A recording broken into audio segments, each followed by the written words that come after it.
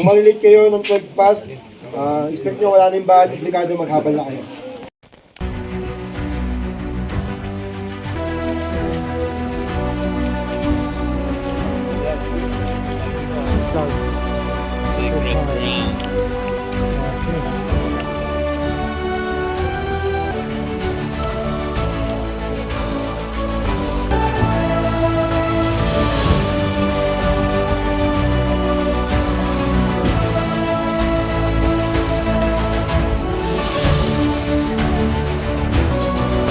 How many mountains have you climbed already? Oh, many hundreds. Many hundreds, Yes. oh.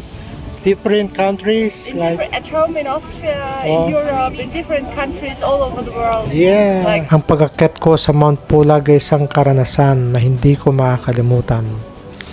Ito ay isang tagumpay sa isang pagsubok.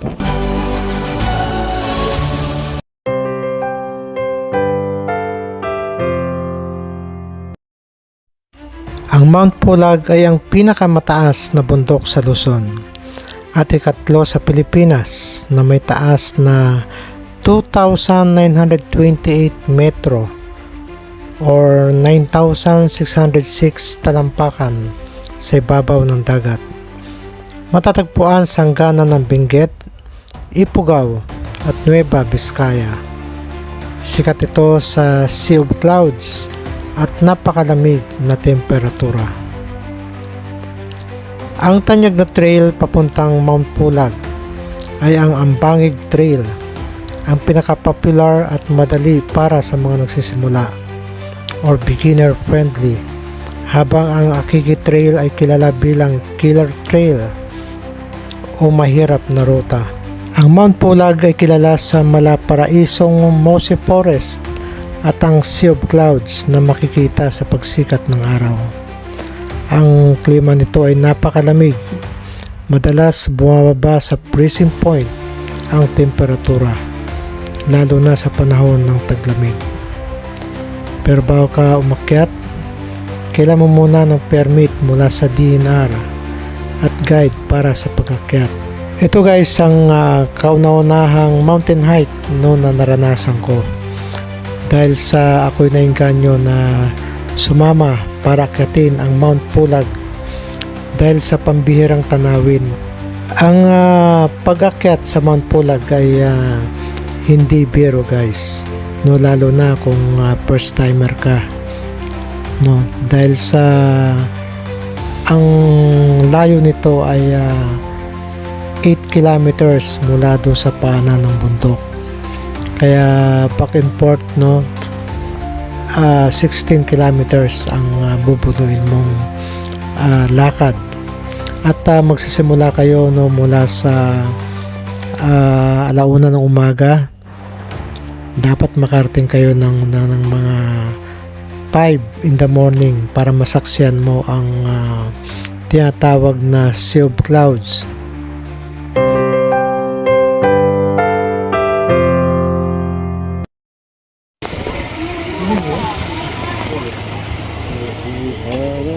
Gulo mo? Kasi kung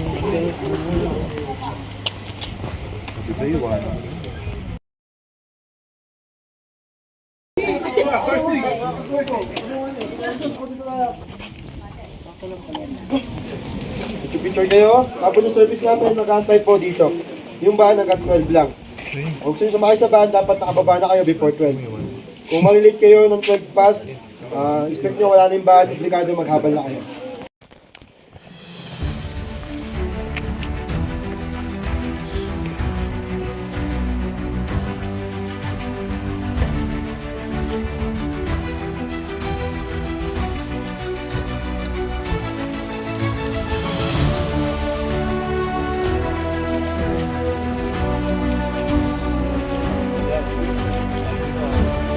Sige, sige lang.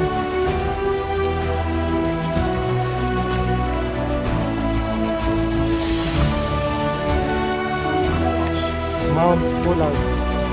Sacred ground.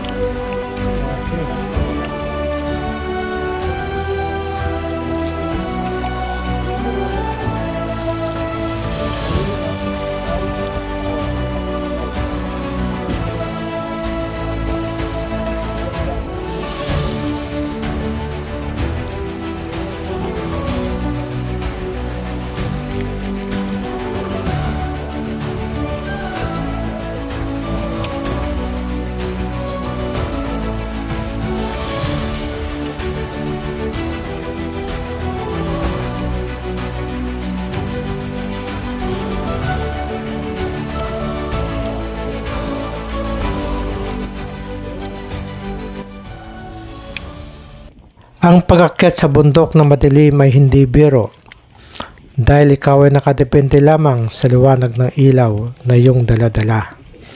Dapat mag-focus sa daan na iyong lalakaran dahil hindi pantay ang daan. Ito'y mabato, madulas ang lupa, paakyat, palusong at matarik hanggat marating mo ang tuktok ng bundok.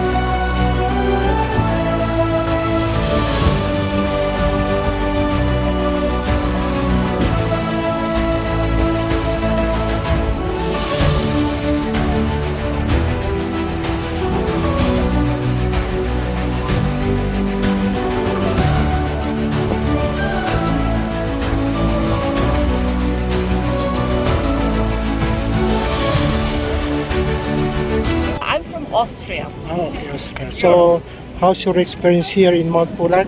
Experienced something totally different. Okay. So I went to the Philippines to first do some cycling and now Okay. do some hiking. Okay. Go to Mount Pulag. I guess you are a certified mountaineer. No, Oh. Ah, I'm experienced but not Yeah. certified.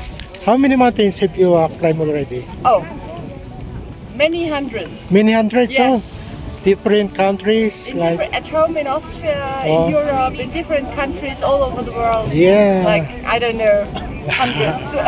Here in the Philippines, how many mountains have you climbed already? This is the first. This is the first one. First Okay. one Yeah. and yeah, the only one. Okay. How old are you, Ma'am Barbara? I'm 47. 47. Yeah. Still single? No. Why are you alone here? My husband had an injury. Ah, He okay. injured his shoulder, so he Yes. couldn't come. Okay. Hope to see you again here in the Philippines. Yeah, Okay. definitely. Thank you. Ang pag-akyat ko sa Mount Pulag ay isang karanasan na hindi ko makakalimutan. Ito ay isang tagumpay sa isang pagsubok o hirap na iyong dinaraanan.